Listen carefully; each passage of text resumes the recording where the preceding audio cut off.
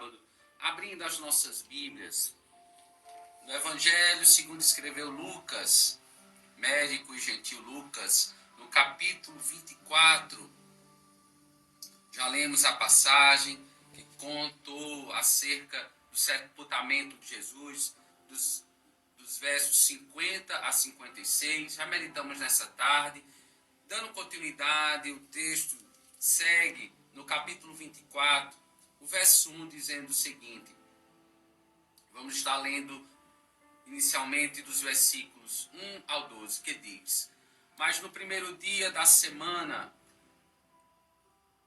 alta madrugada, foram elas ao túmulo, levando os aromas que haviam preparado. E encontraram a pedra removida do sepulcro.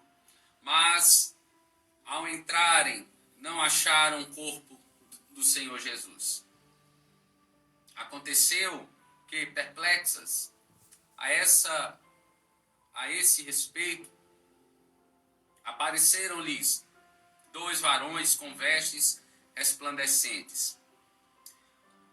Estando elas possuídas de temor e baixando os olhos para o chão, eles lhes falaram: Por que buscais entre os mortos ao que vive? Ele não está aqui, mas ressuscitou.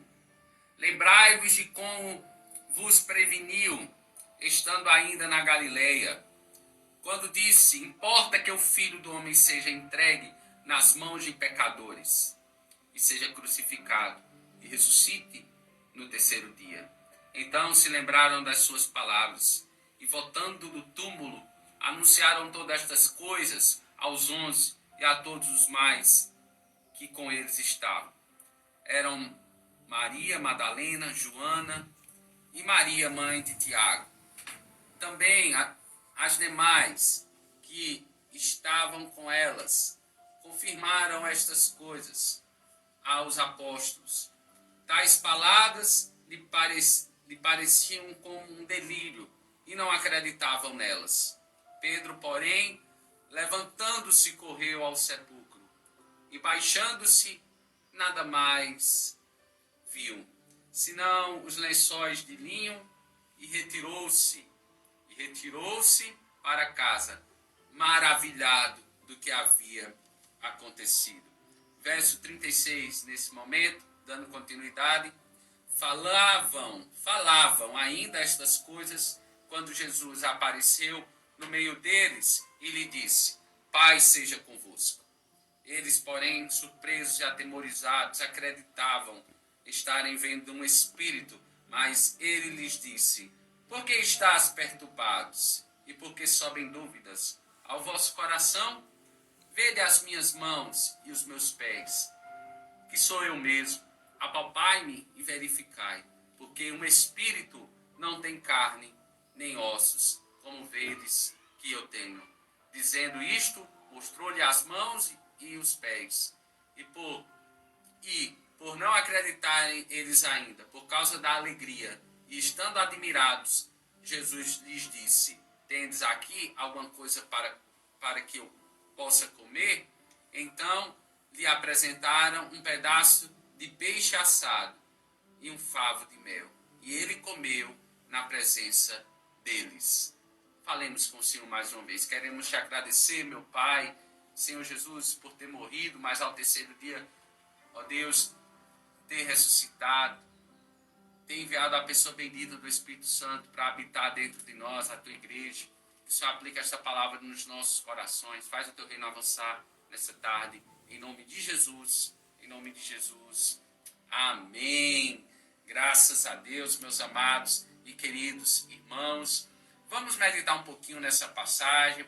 Passagem essa que conta a respeito da ressurreição de Cristo, da sua aparição aos discípulos, logo em seguida ao seu sepultamento. Como sabemos, a Páscoa é uma das festas mais marcantes do calendário judaico cristão, uma vez que a Páscoa inicialmente vemos uma ordem dada pelo Deus com a libertação do seu povo do Egito para a terra prometida.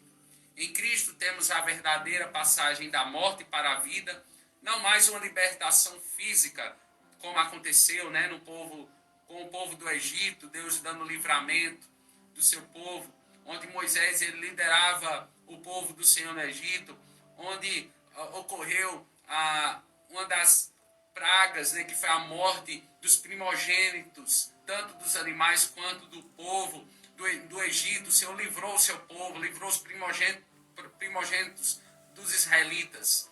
E o Senhor deu liberdade e fez com que aquele povo fosse liberto fisicamente da opressão de Faraó. Não estou falando tão somente aqui de uma opressão física, como nos tempos de Faraó, nos tempos de Moisés. Mas a opressão aqui, a libertação, também é espiritual. Porque o salário do pecado é a morte, mas o dom gratuito da vida eterna é mediante o Senhor Jesus Cristo. Então há uma libertação física, há uma libertação também espiritual, especialmente espiritual. Essa libertação espiritual é do pecado, que outrora nós éramos conduzidos pelo pecado, dominados pelo pecado, mas o Senhor nos libertou do pecado, da morte, do salário deste pecado. O Senhor nos libertou da morte espiritual, da morte eterna. Páscoa significa isso. Qual é o significado da Páscoa? O significado da Páscoa é o próprio Jesus que se fez carne e habitou entre nós. Como diz nas palavras do apóstolo João, e vimos a sua glória, a glória do unigênito do Pai. Então ele propôs essa libertação a todos que creem no seu nome e veio em resgate de muitos. Isso é o significado real da Páscoa. Mas quando falamos de morte para a vida, lembramos da palavra ressurreição. Ressurreição é uma palavra-chave hoje quando comemoramos a Páscoa, pois Cristo é a verdadeira Páscoa. Cristo ressuscitou e vive. O texto que lemos está dentro de um contexto de morte. Jesus, ele morreu cabalmente, ele morreu verdadeiramente. Foi morto na cruz e sepultado num túmulo aberto em rocha, onde ninguém havia sido sepultado. Jesus de Nazaré, conhecidamente como filho de Maria e de José, um homem de carne e osso, ele, conhecidamente, um dos seus nomes era chamado Filho do Homem, a estrela da manhã posteriormente, a raiz de Davi, o Cordeiro de Deus que tira o pecado do mundo, Jesus, o Filho unigênito de Deus. As Escrituras apontam, afirmam que ele era o filho que nasceria da mulher, que na plenitude dos tempos esmagaria a cabeça da serpente. Esse Jesus, ele foi gerado no ventre de Maria pelo Espírito Santo. E ele veio para glorificar o Pai e salvar o seu povo dos seus pecados. Jesus de Nazaré, ele vive, ele ressuscitou. As Escrituras afirmam e nós cremos e confiamos. Diante disso, podemos aprender uma verdade singular sobre a Páscoa. Cristo Jesus ressuscitou e vive eternamente. Cristo Jesus ressuscitou e vive eternamente. Glórias a Deus por isso. Quais as verdades bíblicas, pastor, que revelam que Jesus Cristo, ele ressuscitou? A primeira verdade bíblica: o sepulcro estava vazio. O sepulcro estava vazio. Jesus Cristo, o único Filho de Deus, morreu. A passagem que lemos conta um dos acontecimentos mais marcantes do cristianismo. E podemos imaginar os discípulos de Jesus, como também as mulheres que acompanhavam o ministério de Jesus de perto. Elas angustiadas, elas estavam tristes, possivelmente sem esperança, porque o seu mestre morreu. E os versos iniciais, eles relatam que no primeiro dia da semana, no domingo, à alta madrugada, as mulheres foram ao túmulo de Jesus. Quem eram essas mulheres? O verso 10 nos diz que eram elas, melhor dizendo, Maria Madalena, Joana e Maria, mãe de Tiago, e outras mulheres. O médico Lucas, ele não citou os nomes, mas o texto nos diz que essas mulheres elas foram até o sepulcro, elas foram levar óleos aromáticos que haviam preparado para colocar sobre o corpo de Jesus. E podemos perceber ainda com isso os cuidados que essas mulheres elas tinham para com Jesus. Mas ao chegarem lá, elas se depararam com duas situações que elas não esperavam, elas não estavam esperando. Uma das situações, elas encontraram a pedra removida do túmulo. A segunda, elas não acharam o corpo de Jesus, que tinha sido sepultado aquele sábado de aleluia. O túmulo estava vazio. Onde está Jesus? Onde estava o corpo? A passado sábado de aleluia, o seu sepultamento, no domingo, elas se depararam com essa situação. A pedra removida e o corpo de Jesus já não estava mais lá. Glórias a Deus por isso. Aleluias! O texto segue dizendo que as mulheres elas ficaram perplexas. Elas estavam perdidas com a situação. Essas mulheres elas não estavam lembrando das palavras de Jesus, dos ensinamentos sobre a sua morte e ressurreição. Uma coisa é certa para elas nesse momento: Jesus não estava lá. Mas ainda, para a surpresa dessas mulheres, apareceu 2 anjos resplandecentes. Quando elas apareceram, melhor dizendo, quando eles apareceram às mulheres, elas ficaram com medo, assustadas, atemorizadas com toda aquela situação e ainda mais com o aparecimento de 2 anjos. A resposta dessas mulheres, cheias de medo, foram baixar os olhos para o chão. Mas esses anjos fizeram uma pergunta categórica, uma pergunta que precisaria de uma resposta. Uma pergunta marcante para aquelas mulheres que mudou totalmente o cenário. Por que vocês estão procurando? Diziam eles. Por que vocês estão procurando entre os mortos aquele que vive? E as mulheres, as primeiras a saberem da ressurreição de Cristo, os anjos afirmaram que Jesus estava vivo. Eles afirmaram aquelas mulheres, Cristo vive. O ungido do Senhor, o Filho de Deus, o unigênito do Pai, ele vive. Não mais morto, não mais no sepulcro, porque ele vive, porque ele foi ressuscitado dentre os mortos, não mais morto, mas vivo. Eles disseram, ele não está mais aqui, mas ele foi chamado da morte para a vida. Ele ressuscitou. Esses anjos do céu não trazem nenhum novo evangelho, mas lembram às mulheres as palavras de Cristo e as ensinam como aplicá-las. Eles a fizeram lembrar. Lembraram aquelas mulheres. Lembravam de como vos falou quando ainda estava na Galileia, dizendo: importa que o Filho do Homem seja entregue nas mãos de homens pecadores e seja crucificado e ao terceiro dia ressuscite. Os anjos aqui chamam à memória das mulheres as antigas promessas da ressurreição do Mestre. E as promessas que foram cumpridas em Cristo. É o anúncio que Cristo foi morto por causa dos nossos pecados, mas ressuscitou para a nossa justificação.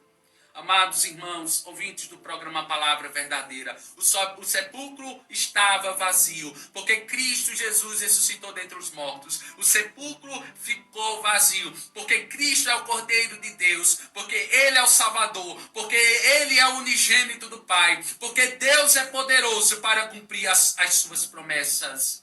E nada pode o deter, nada pode o impedir, porque Ele é Deus. O sepulcro de Moisés, o sepulcro de Maria, de José, de Pedro, de João, de Davi, do profeta Maomé e de tantos outros não estão vazios. Mas o de Jesus Cristo está vazio. O sepulcro de Jesus Cristo está vazio porque Ele é Deus. Ele foi plenamente homem, ele é plenamente Deus. Ele está num corpo glorificado juntamente à majestade de Deus, o Altíssimo. Mas estamos refletindo nessa tarde que Cristo Jesus ressuscitou e vive eternamente. Quais as verdades bíblicas, pastor, que revelam que Jesus ressuscitou? A primeira delas, o sepulcro está vazio. A segunda verdade espiritual, porque ele vive.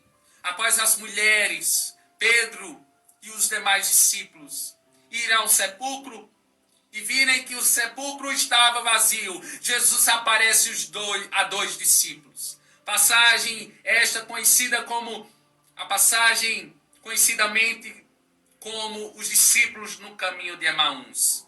Jesus apareceu a tais discípulos, revelando assim a sua vida. Ele decide aparecer mais uma vez, agora a todos os discípulos. E o verso 36 nos diz que Jesus, ele apareceu no meio deles e lhes disse que a paz esteja com vocês.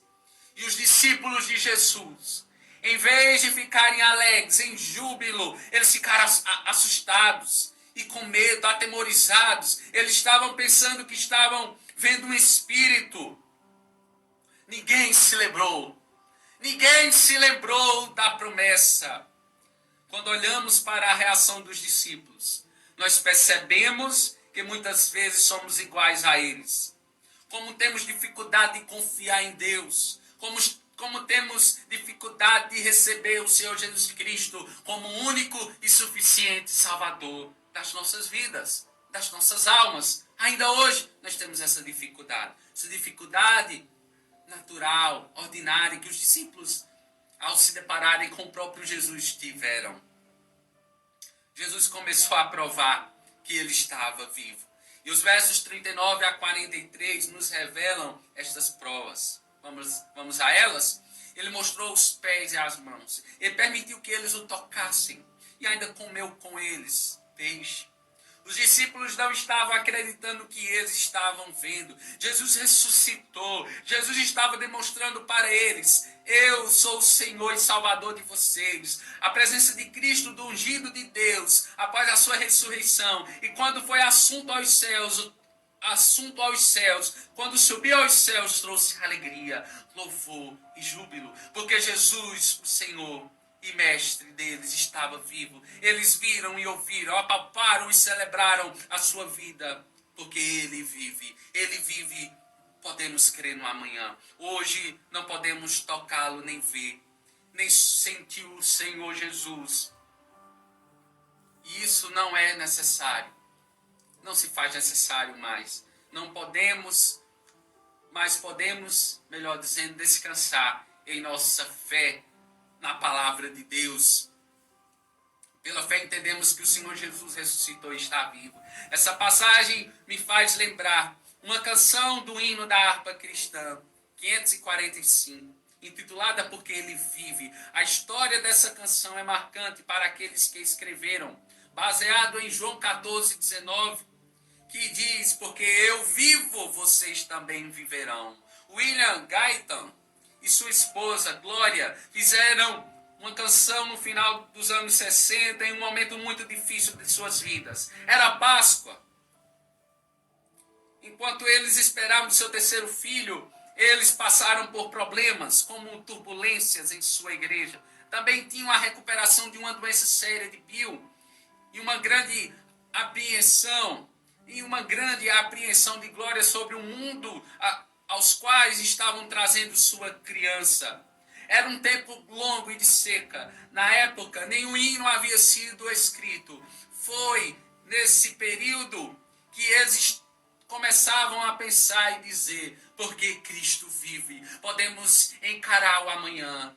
Aí sim podemos manter a cabeça alta. Aí sim nós podemos manter a cabeça erguida. E para aquele casal, eles fizeram esta canção na esperança de dias melhores com Jesus. Eles falaram de Cristo por meio da canção. A canção que dizia: Deus enviou o seu Filho amado para me salvar e perdoar. Na cruz morreu por meus pecados, mas ressurgiu e vivo com o Pai está. Porque Ele vive, posso crer no amanhã. Porque Ele vive, temor não há. Mas eu bem sei, eu sei que a minha vida está nas mãos do meu Jesus, que vivo está. E quando enfim chegar a hora em que a morte enfrentarei sem medo, então terei vitória. Irei à glória ao meu Jesus que vivo está. Porque Ele vive, posso crer no amanhã. Porque Ele vive, temor não há. Mas eu bem sei, eu sei que a minha vida está nas mãos de meu Jesus que vivo está. Para concluir, amados irmãos, precisamos lembrar onde Cristo está. O verso 24, capítulo 24, melhor dizendo, o verso 19, diz que ele foi recebido aonde? No céu. E assentou-se à direita de Deus. Hoje, Jesus ministra no céu como sumo sacerdote. É o que Hebreus, no capítulo 7, versículo 25, vai nos informar, nos concedendo a graça necessária para que possamos enfrentar provações e tentações. E se falharmos, temos ele como nosso advogado. 1 de João, capítulo 2, verso 1. Nos perdoando quando confessamos os nossos pecados. Cristo está sempre capacitando o seu povo, a fim de que viva este povo para ele, e por meio da palavra de Deus e da oração, Cristo ministra a nós por seu Espírito e nos torna mais semelhantes a ele. E ele está preparando um lar no céu para o seu povo. João capítulo 14, os versos 1 ao 6, nos faz refletir isso. Um dia ele voltará e nos levará para que fiquemos junto dele para sempre. Atos dos Apóstolos, no capítulo 1, dos versos 9 a 11, tendo dito isto, diz o texto, foi elevado às alturas, enquanto eles olhavam e uma nuvem o encobriu da vista deles. E eles ficaram com os olhos fixos no céu. Enquanto ele subia, de repente surgiram diante deles 2 homens vestidos de branco, que lhes disseram: Galileus, por que vocês estão olhando para o céu? Este mesmo Jesus que dentre vocês foi elevado ao céu, ele voltará da mesma forma como viram subir. A vida com Cristo é vida de esperança, porque ele vive e tem a esperança. Não duvide, não seja confundido, não duvide, não seja confundido nessa tarde de sábado. Jesus Cristo está vivo. Nós podemos crer no amanhã. Jesus Cristo está vivo. Nós temos esperança de um futuro glorioso.